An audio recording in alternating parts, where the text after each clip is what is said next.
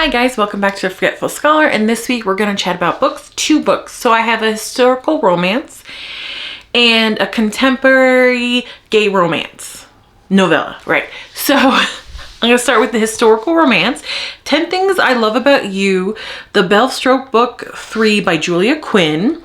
So this is a historical romance. It was published 2010 and it's 377 pages. This was a 5 stars. I think this is probably my favorite from Julia Quinn. I had so much fun. And like, not to give spoilers or anything away, but like from page, I even made a note of it. I made a note of it, guys. That's how much. Okay. So page 320 to page 326. So good. The confrontation, like it wasn't really, that wasn't the confrontation. It was sort of confrontation, but it was so freaking good. And then like the next page, my heart was in my throat what was happening. I was like, oh my gosh, no. So third act, wild ride. It is a historical by Julia Quinn, so you know, happy ending, you know. So this story is Annabelle Winslow and Sebastian Gray. So Sebastian Gray, we've seen him before. If you've read Julia Quinn's What Happens in London or The Secret Diary of Sir Richard or something. Anyway, if you read the book What Happens in London, Henry is the main guy in that book and Sebastian's his cousin. And he is the one that, because through these 3 books, there is an author, Sarah Goley or something like that, who writes gothic novels, and they're like hugely popular, right? So I remember Sebastian clearly because in the book of his cousins, who's the main character, he gets on the table and he does a dramatic reading of this gothic romance for a Russian prince. And like during this reading, the maids are crying because they're so moved. He breaks, I think, an arm, Sebastian does. And the Russian prince is like, I have to get these translated and distributed in Russia. This is beautiful.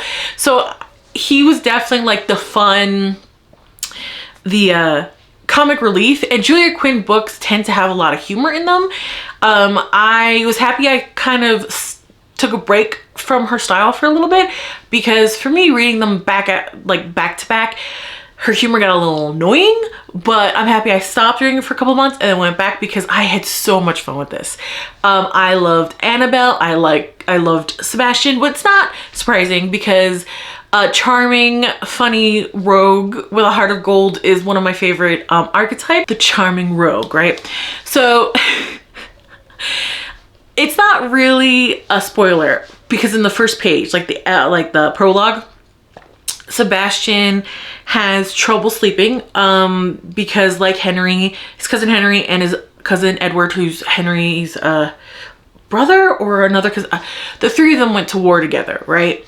So Sebastian has PTSD nightmares. So he has insomnia issues, and someone who suffers from insomnia, hey man, I get it. And not like trauma-based insomnia. It's just my body's like, my brain does not, my brain hates me. Okay. So, so during one of these insomniac episodes, he starts writing, and you know, it's not a spoiler because again, it's the first page. He is Sarah Goldley or whatever. He is the author of these gothic novels that people love, people hate, because in the first book, Henry and the main girl, I forget her name, they bonded over how much they didn't like these books, and they have no idea who's the author, right? But Sebastian is a fascinating, fun character. He comes off very like, makes everything a joke, doesn't care about anything, but that obviously, you know, to protect himself. He does have a great sense of humor. And one of the things that attracted him to Annabelle so much, because she has a great sense of humor. And I was like, oh, that's such a good reason. Because, you know, obviously she's, you know, gorgeous, the way they describe her and everything. But I just love that that's really what got him. Because, you know, he's a bit of a rank. So Pretty Woman, whatever, but like he's like, oh, she looks like she laughs a lot. I like that. And I was like, aw, that's such a cute, that's such a cute little thing. It's a cute reason for them to bond, I will say there are some intense scenes in this book, not quite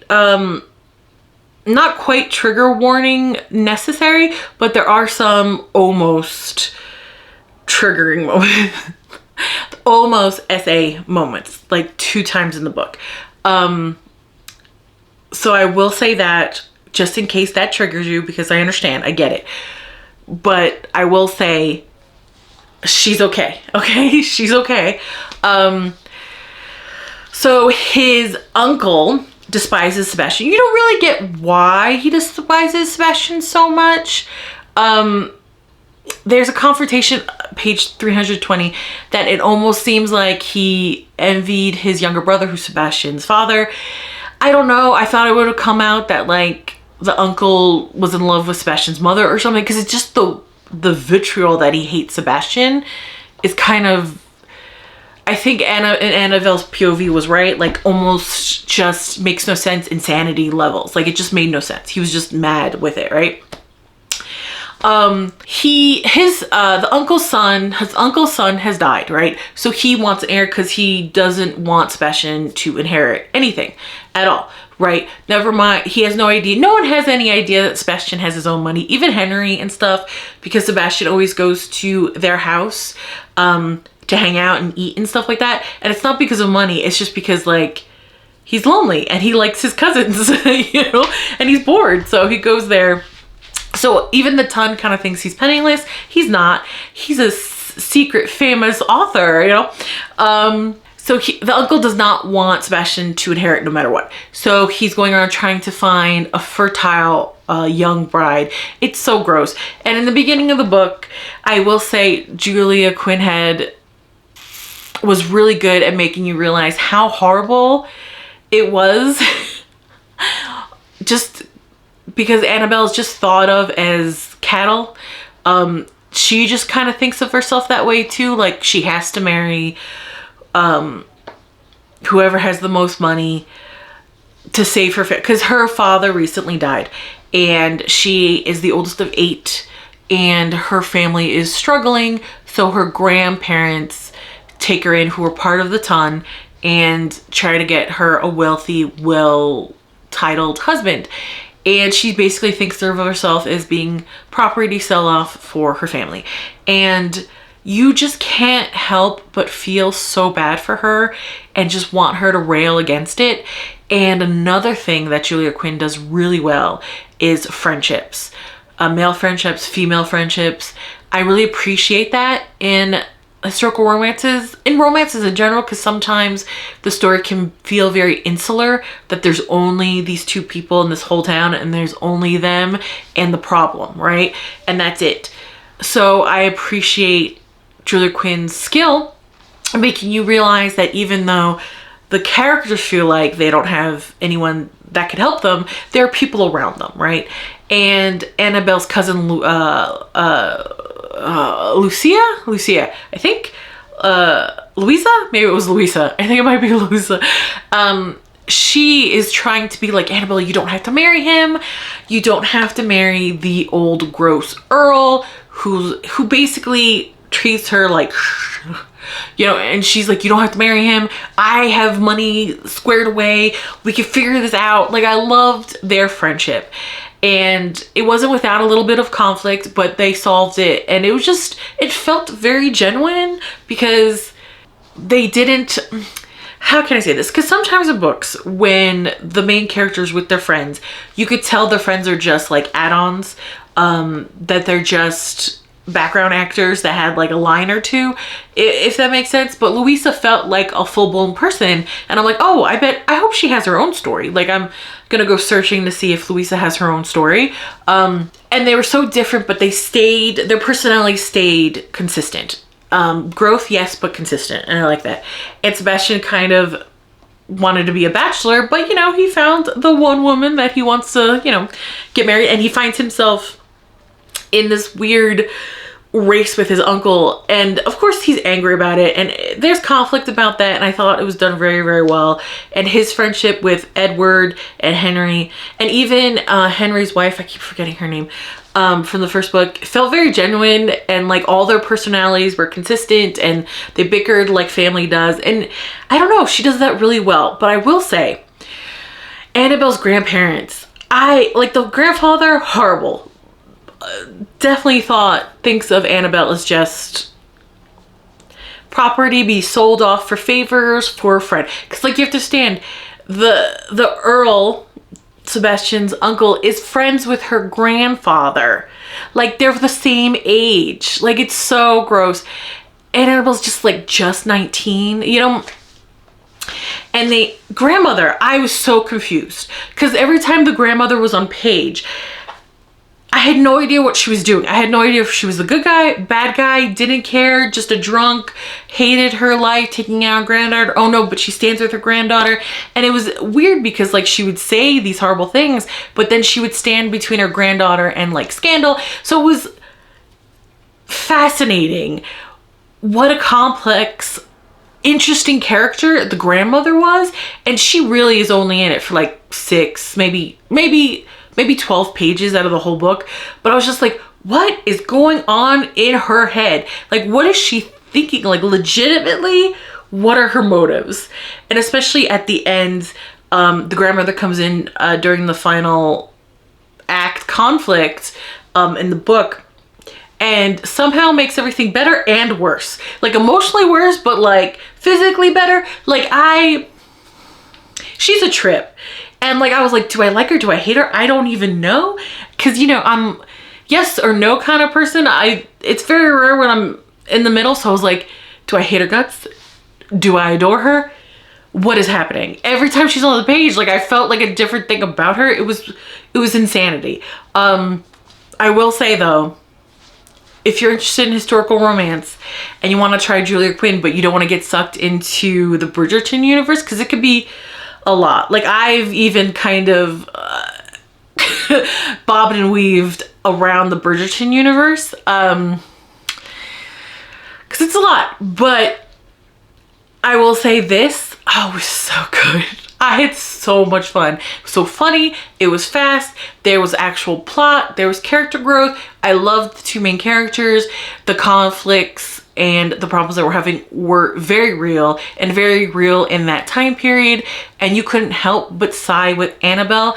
And even you understood how much, there was so much yearning. I love a good yearning so much. Because you understood that she wanted to be with Sebastian, but to her, that was the selfish thing because she has family. She needs to marry well to protect them.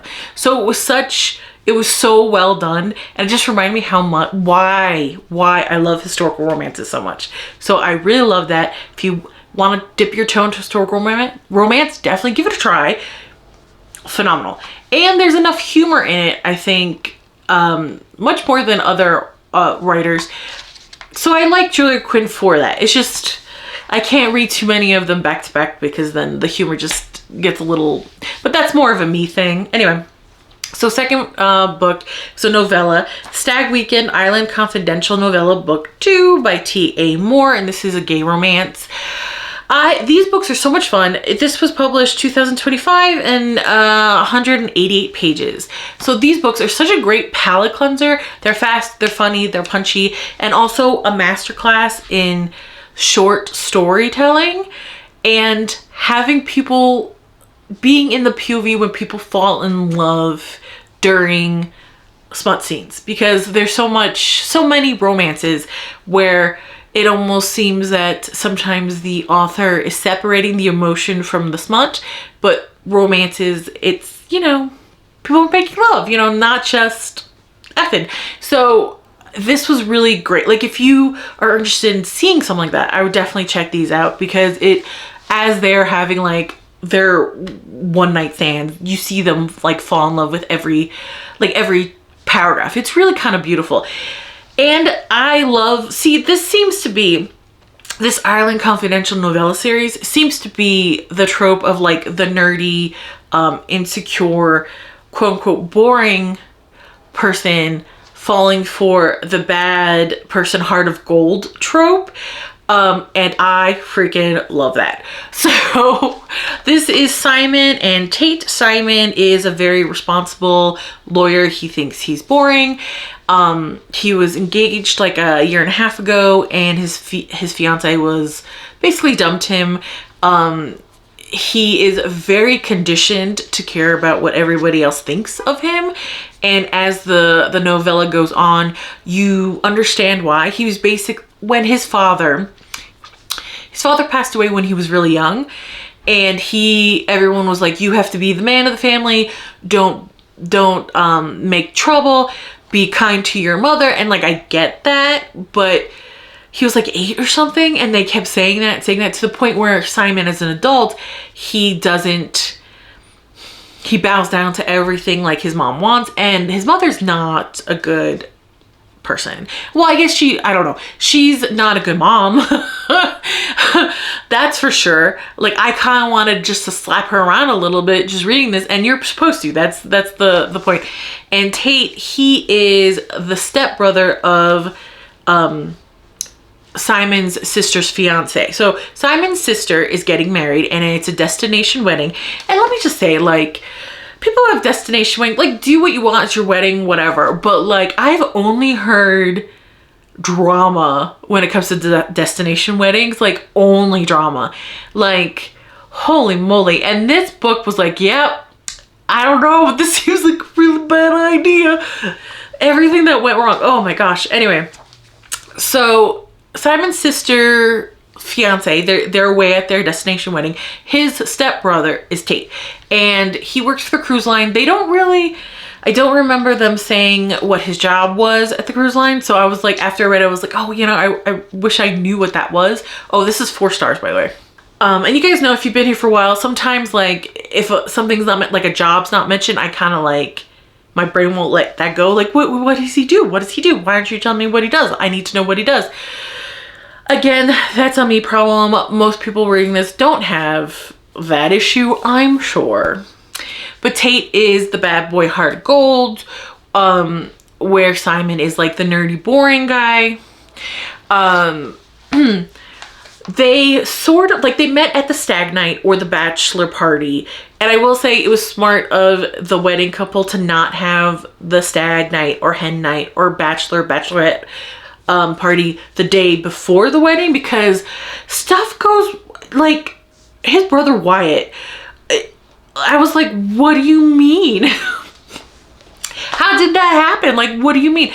So Tate originally isn't the best man. Wyatt's best man had to flee the island because he drove their party bus into the ocean and he doesn't have a license. So he fled so he doesn't get arrested. So Tate is designated best man. And Simon, he wants everything to go well for his little sister. So they're just fixing every issue that's going wrong around the couple so the couple doesn't flip out and have a nice wedding, right? And they met during the bachelor party or the stag night, which was complete, like, that's how it opens up, like Simon kind of trying to get out of the hotel room, doing the walk of shame, because that's not like him, he's responsible, like all this stuff. And slowly they get to know each other and they get to really like each other through fixing, like, they have to find why the wedding rings, because Wyatt for some reason brought it to the bachelor party, the stag night.